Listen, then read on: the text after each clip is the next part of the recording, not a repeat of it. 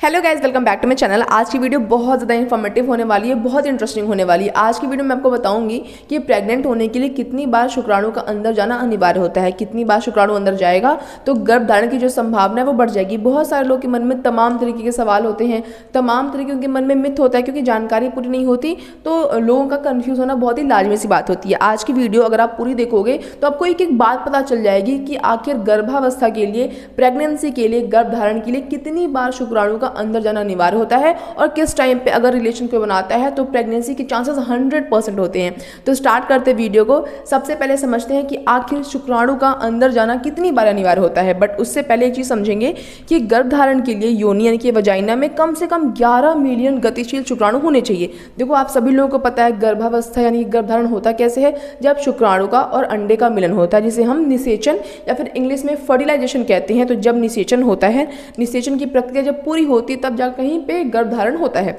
अब उसके लिए 11 मिलियन गतिशील शुक्राणु होने चाहिए। गतिशील शुक्राणु का मतलब होता है कि सिर्फ स्पर्म होने से प्रेगनेंसी नहीं हो जाएगी, वो आपके जो स्पर्म है वो मूव भी करने चाहिए। जब वो मूव करेंगे तभी तो प्रेगनेंसी होगी। तो 11 मिलियन गतिशील शुक्राणु होने चाहिए, तब जाकर कहीं क्या होती है, गर्भधारण होता है, तब जाकर कहीं पे प्रेगनेंसी होती है। आगे देखो लिखा हुआ है WHO के अनुसार पर ml सीमेन यानी कि वीर में 15 मिलियन शुक्राणु होना चाहिए। जब कोई व्यक्ति, जब कोई पुरुष इजैकुलेट करता है, इजैकुलेट को हम आम भाषा में स्खलन कहते हैं, हिंदी भाषा में स्खलन कहते हैं। तो जब कोई पुरुष एक बार में स्खलन करता है तो जो सीमेन यानी कि जो वीर बाहर निकलता है उसमें कम से कम 15 मिलियन शुक्राणु पर ml होने चाहिए।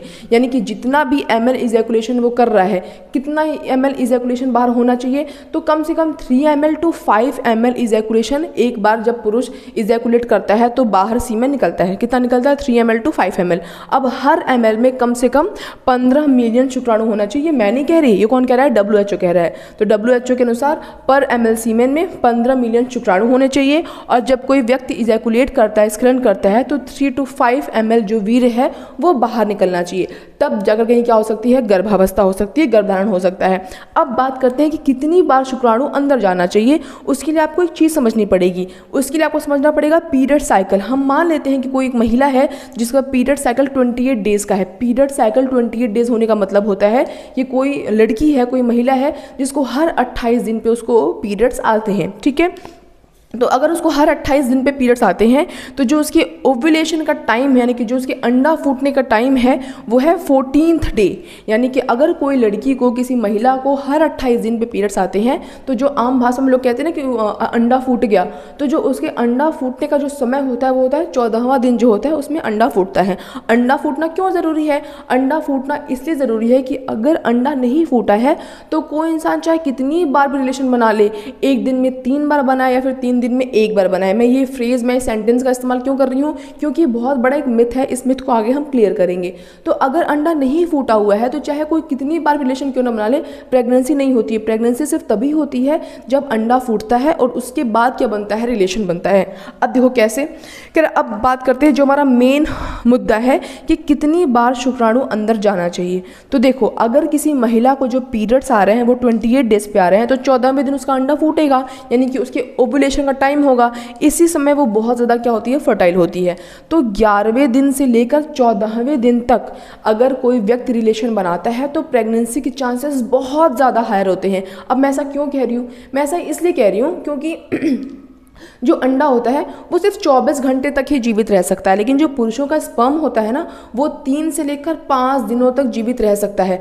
अब मानते हैं कि किसी फीमेल का 14वें दिन अंडा आ गया है, अंडा फूट गया है, अंडा वेट कर रहा है कि स्पर्म आएगा, स्पर्म आएगा, और अगर उस व्यक्ति ने 11वें दिन या फिर 12वें दिन या फिर 13वें दिन रिलेशन बनाया है तो स्पर्म पहले से ही वजाइना में मौजूद होगा। और जब पहले से ही मौजूद होगा तो स्पर्म तो 4 से 5 दिन तक, 3 से 5 दिन तक जिंदा रह सकता है ना। तो वहाँ पे वजाइना में स्पर्म क्या रहेगा, वो उसके यूट्रस में, फिलोपियन ट्यूब में जाकर स्पर्म क्या रहेगा, जिंदा रहेगा। और अंडा आता है, स्पर्म पहले से मौजूद रहता है, तो अंडा और स्पर्म आपस में मिल जाते हैं और प्रेगनेंसी के चांसेस बन जाते हैं। लेकिन अगर आप 14वें दिन के बाद संबंध बनाओगे, चाहे कितनी बार भी संबंध क्यों ना बना लो, लेकिन अब तो अंडा है ही नहीं ना, अंडा तो सिर्फ 24 घंटे तक ही जिंदा रहता है। तो 16वें दिन, 17वें दिन, कितनी बार रिलेशन कोई क्यों ना बना ले, बट प्रेगनेंसी नहीं हो सकती, क्योंकि अब अंडा ही मौजूद ही नहीं है। जब अंडा ही नहीं रहेगा तो कितनी बार भी स्पर्म अंदर क्यों ना चला जाए, प्रेगनेंसी होने के कोई चांसेस नहीं होते हैं। अब देखो, एक चीज़ आपको समझनी पड़ेगी कि एक दिन में 3 बार, जो मैंने आपको एक वो बनाया था, फ्रीज बनाया था, कि बहुत सारे लोगों को लगता है कि अब उनका ओवुलेशन टाइम चल रहा है, यानी कि ये वो समय चल रहा है जब प्रेगनेंसी के चांसेस बहुत ज़्यादा हैं, जो फीमेल है वो बहुत फर्टाइल है, तो उनको लगता है कि अगर ये मेरा ओवुलेशन टाइम चल रहा है तो उसी दिन में क्या करते हैं, कई बार क्या बनाते हैं, रिलेशन बनाते हैं। लेकिन इससे क्या होगा, इससे ऐसा नहीं कि आपके प्रेगनेंसी के चांसेस बढ़ जाएंगे, क्योंकि अगर आपने एक बार भी रिलेशन बना दिया है तो आपका स्पर्म तो पहले से ही मौजूद है ना, तो आपके ऐसा थोड़ा ना कि अगर आप कई बार करोगे तो प्रेगनेंसी के चांसेस बढ़ जाएंगे, ऐसा कुछ भी नहीं होगा। इवन अगर आप 3 दिन में एक बार करो, चाहे एक दिन में 3 बार करो, उसका मतलब एक ही होता है।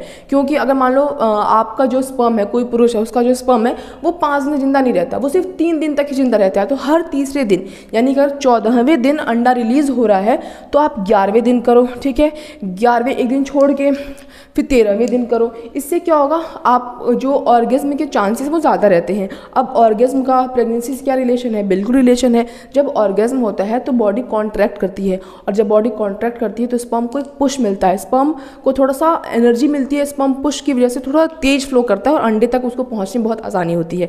तो आपको समझ में आ गया होगा कि कितनी बार रिलेशन बनाने से जो प्रेगनेंसी के चांसेस होते हैं वो बहुत ही ज़्यादा होते हैं। पहली बात, आपको तभी रिलेशन बनाना है जब आपको लगे कि आपका ओवुलेशन टाइम चल रहा है। हर लड़की का पीरियड साइकिल अलग अलग होता है, तो उसका ओवुलेशन टाइम भी अलग अलग हो सकता है। अगर आप खुद नहीं पता लगा पाते कि मेरा ओवुलेशन टाइम कब है, मेरा अंडा कब फूट रहा है, तो आप ओवुलेशन किट का भी इस्तेमाल कर सकते हो, उससे भी पता चल सकता है कि आपका ओवुलेशन टाइम है कि नहीं है। तो जब आपका ओवुलेशन टाइम हो उस समय आप रिलेशन बनाना चाहिए, हर अल्टरनेट डेज पे, यानी कि हर एक दिन छोड़ के एक दिन छोड़ के गैप पे आपको ज़रूर रिलेशन बनाना चाहिए। इससे आपके प्रेगनेंसी के चांसेस 100% इंक्रीज हो जाएंगे, आपको बहुत इफेक्टिव रिजल्ट दिखाई देगा।